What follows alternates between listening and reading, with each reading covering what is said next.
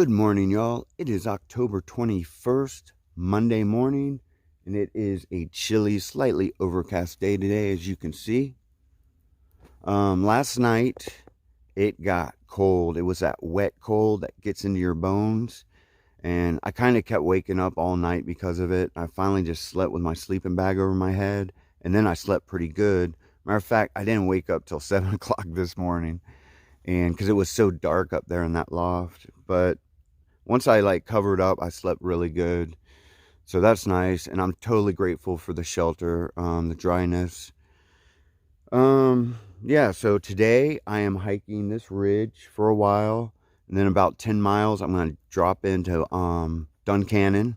So I'll be going through Duncannon today. That's pretty cool.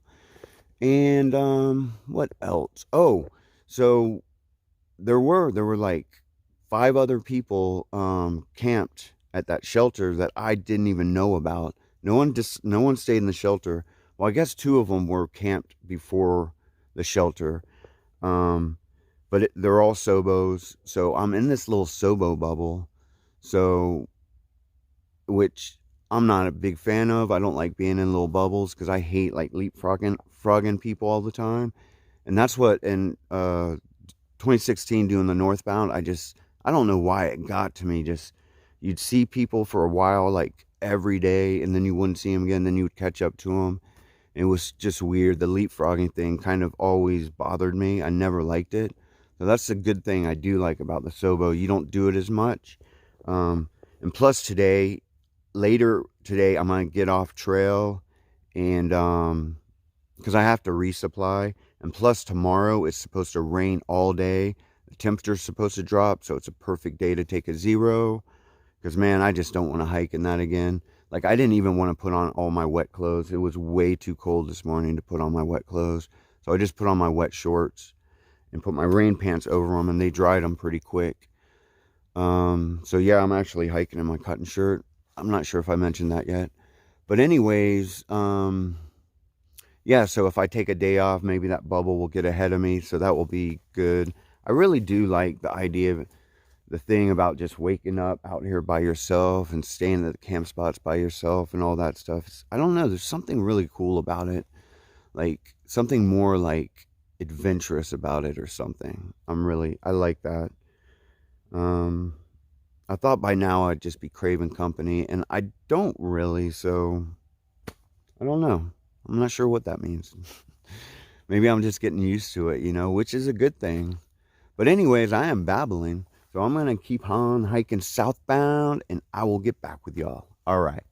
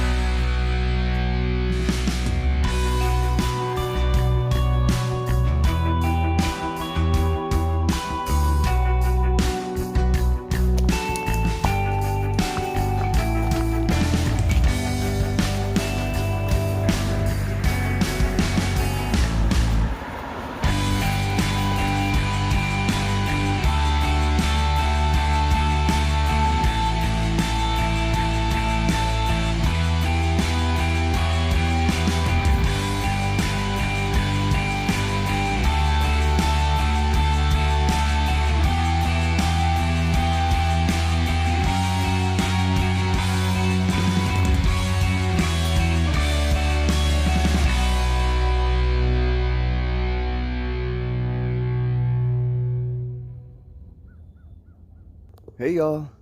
So I've hiked about 5 miles today, not too much. Kinda I'm hiking pretty at a good pace, but I'm filming a lot too today. I'm stopping a lot and filming. There's actually a lot to film today. Um, but yeah, man, it slows you down so much. Like I was talking about the vlogging in my other video, and that's the thing is I've you will if you're planning to vlog your through hike coming up, that's why I say you should go out and do like a multiple night, and especially if you're doing daily vlogs, and film all day and edit the way you want your videos to be. And so you'll get a little realization of how much work it is, but you'll never truly know what it's like until you start doing it. And you'll find out, you know, after a certain amount of time, you really get burnt out on it. Like I watched so many people, a lot of people this year northbounding vlogging, and they were vlogging pretty good for the first month. Then they started backing off a little bit on the second month, and by the third month they really weren't doing vlogs no more, and they kind of waited till they got home to do them, which is nothing's wrong with that. But the thing for me personally, and I've found with most other people that I've talked to, is most people like vlogs that are kind of recent and are being done recently, because it feels like they're part of the adventure instead of watching something from the past, if that makes any sense. So I think the less you can have your videos backed up, I think the more people will get into them too also. And I was also talking about how detailed do you want your videos. That's why you should really practice. I would suggest, especially someone who's just starting out backpacking and doing videos, I would suggest doing the traditional vlog where you just talk some, you show the trail, you show views, but you know, you don't try to get it so detailed and really cinematic, kind of like that's what I want. I wanted more of a cinematic sitcom-y type video, and that's what I wanted, and that's what I'm going for. But man, it is a lot of work, I'm telling you. Just like I said, I've been hiking around this bubble, and they all caught up to me, and they all passed me today. And the reason they are, it's not that they hike faster than me, it's that I stop constantly and film. And you don't just stop and film. You're hiking, you're looking constantly around you. You stop and go, wait, that's awesome. That's awesome. If I put the camera there. So then you get the camera out of your bag, you set the camera up just how you want it, and you're like, wow, that will look great. And you film it, or you walk past it. A lot of times though, you'll stop and put the camera up, and then it just doesn't look good on camera, and you're like, that doesn't look good. So you stop it, you put the camera back in your bag and keep on hiking. So there's a lot of stopping, a lot of distraction. So yeah, you really got to take that all into consideration if you're really thinking about doing a detailed, complex daily video log of the AT. But that's all I'll talk about right now. Like I said, that's still a lot to think about. But man, look at that view. It's amazing. I think that's the Potomac River, Potomac, however you pronounce it. I pronounce everything wrong, so I never know. But man, it's beautiful. I think I hike over that today into Duncannon. I can't remember if I do or not for sure. But anyways, I am going to stop here. Looks like a nice place to take a break, eat a little bit of something. I'm going to call my wife, and I'm going to keep on hiking, and I will get back with y'all. All right.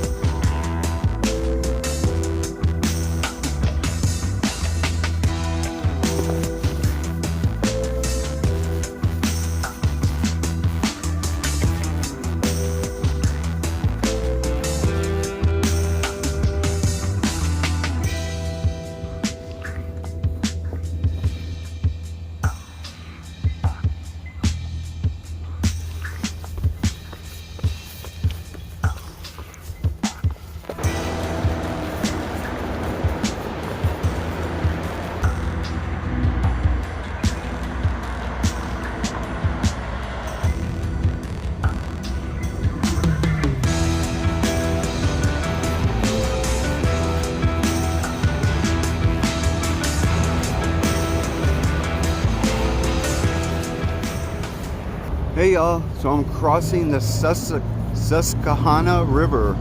I'm not sure if that's how you pronounce it. I don't know why I said the Potomac River in the last segment. I was reviewing it. I'm like, what? I just had it mixed up with when I was in New York crossing that river. This is not the Potomac, it's the Susquehanna, I think. Man, I have a hard time pronouncing those Indian names for sure. But yeah, so I was talking to that couple who are they're actually are flip-floppers, and they're finishing in Harper's Ferry. So what they did is they hiked to Harper's Ferry, and then they skipped up to Delaware Water Gap, and then hiked to Maine, finished, came back to Delaware Water Gap, and hiking southbound to Harper's Ferry. So it's like flip-flop flipping. But a lot of people do it. There's so many ways to hike the AT, y'all.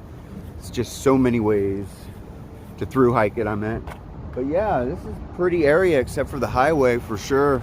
Yeah, so Susquehanna River. Do not know why I said Potomac. Oh, I just say like crazy stuff sometimes. Like words just like slip into my head and I just say them without even like looking to make sure. But it doesn't matter. Y'all knew what I meant. And now I corrected it. Oh, I see a big beaver.